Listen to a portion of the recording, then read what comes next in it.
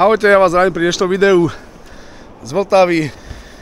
Máme krásne 2 stupne nad nulou, ale slniečko, na slnečku je pekne teplúčko. Máme 30.12. myslím, alebo 28, 29, niečo také. Blíži sa nám koniec roku a pre mňa to je vždy taký čas, kedy sa zamyslím nad tým, aký bol ten rok starý, čo sa podarilo, čo sa nepodarilo, trošku to zhodnotiť a takisto dať si nejaké nové ciele, plány. A ako vidíte, tak som na kajaku, krásne na Vltave, parádička. Tak, aby som sa vrátil trošku naspäť k tomu plánovaniu ďalšieho roka, k tým cieľom, tak tento rok som sa rozhodol, že by som chcel zdolať nejaký úsek, ale nebude to na bicykli, ale už je asi zjavné z tohto videa, že to bude na kajaku a chcel by som splaviť Vltavu z Vyššieho Brodu, čo je vlastne začiatok Vltavy, a do Labe a Labe splaviť až do mora severného cez Nemecko, takže taký ďalší cieľ, takže preto idem sa kajakovať, aj keď je zima, ale jazero mi zamrzlo, kde sa dalo padlovať, ale Vltava nezamrzne tak skoro, takže stále je kde robiť nejaký tréning a robiť blázna pre ľudí, lebo všetci, čo ma tu vidia, mi hovoria, že som blázon. Ale oni sú blázni, ja som normálny. Takže tak. Takže toto je takýto môj cieľ na rok 2025. Mimo cyklistický, na bicykli mám nejaké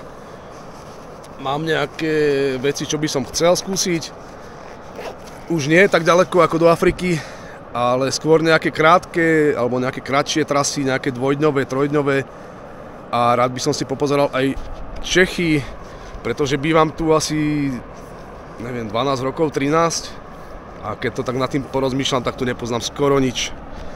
Takže rád by som na bajku sa pozrel na nejaké pekné miesta. Pokiaľ máte nejaké tipy, napíšte mi do komentáru, rád si prečítam. Nejaké tipy, kam sa pozrieť na bicykli, či už sú to nejaké pekné trasy, alebo pekné vlastne cieľové tie miesta, že je tam niečo k videniu. Takže kľudne napíšte. Napíšte mi, pokiaľ sa nehambíte, napíšte mi, aký máte vy ciele a plány na rok 2025. Či už máte niečo naplánované, zaujíma ma to, rád si prečítam. Tak, dnešný tréning moc nejde, púšťajú strašne veľkú vodu, takže na trénovanie dobre. Padlujem, čo to ide, a viac menej stojím na mieste. Takže dám si tu nejakú hoďku, 2 a pojem domov regenerovať. Paráda, krása, na vode, bomba, ideme na to.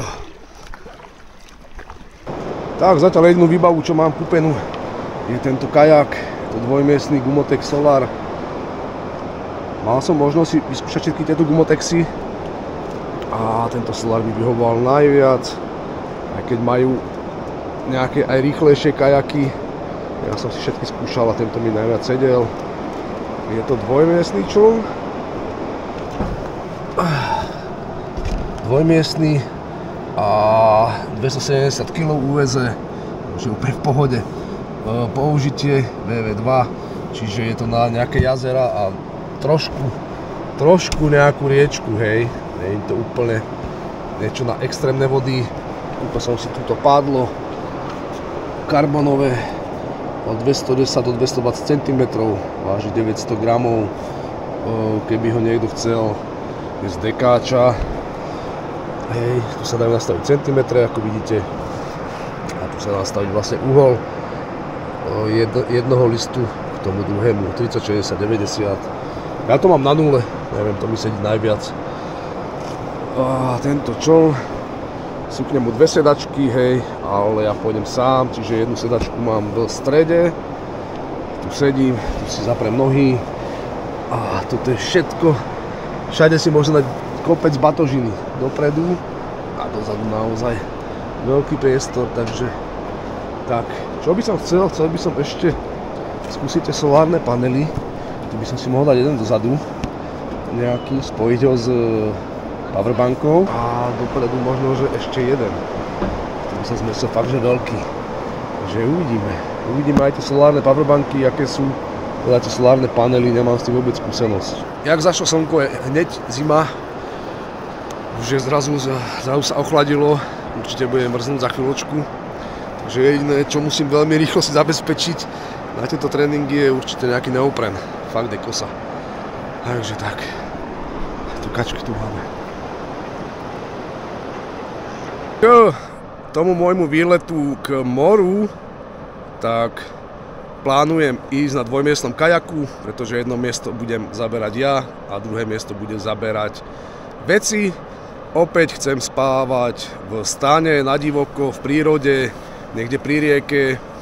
Čaká ma veľmi veľa, či už tréningu, ale takisto aj zisťovania vecí ohľadom vodáctva, pretože som úplný začiatočník a musím zistiť, hej, kde sú, aké trasy, kadiaľ sa môže ísť, kadiaľ nie, ako to je, ktorá loď má prednosť, ja neviem, aké osvetlenie potrebujem, či potrebujem nejaké povolenia na tie splavy a teď.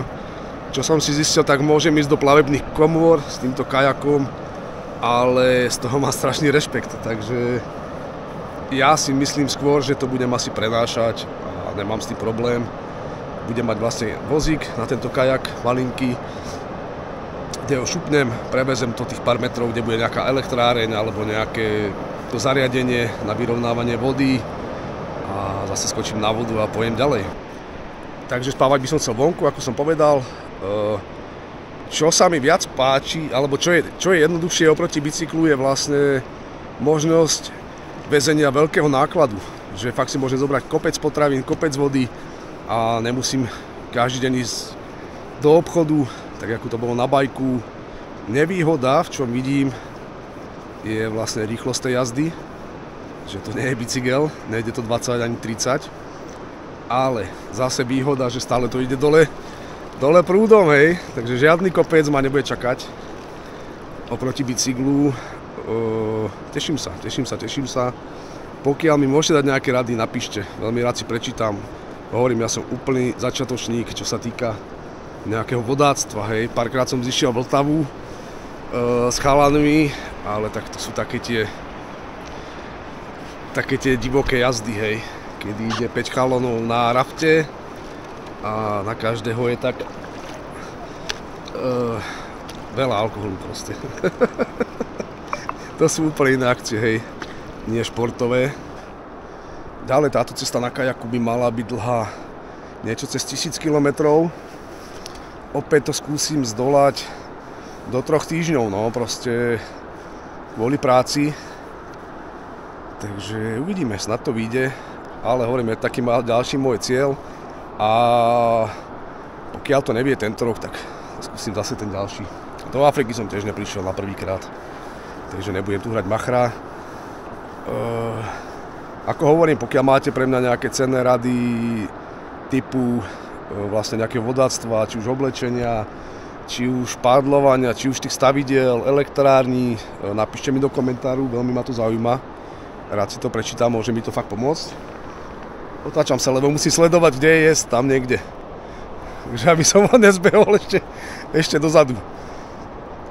A tak, teším sa. Samozrejme, tú cestu natočím. Bude z toho nejaké video, ešte uvidíme, či to bude štýlom takým, ako bolo to posledné, že to bol film, ako keby celovečerný. Či to spravím tak, alebo to spravím na dni, na diely, alebo to budem celé robiť ako živé vysielanie. Uvidíme. Takže tak. Takže toto som vám chcel povedať dnes, skoro na konci roku. Ako hovorím, napíšte mi vaše plány na tento rok, čo príde. Zaujíma ma to, či už to cyklistické, alebo iné športové, alebo úplne iného rázu. Kľudne sa rozpíšte, rád si to prečítam. No a to je asi všetko k dnešnému videu. Už sa neuvidíme asi do konca roka, takže vám prajem šťastný nový rok. Prežite ho v pohode, v zdraví. Majte sa radi a vidíme sa pri ďalšom videu. Ahojte.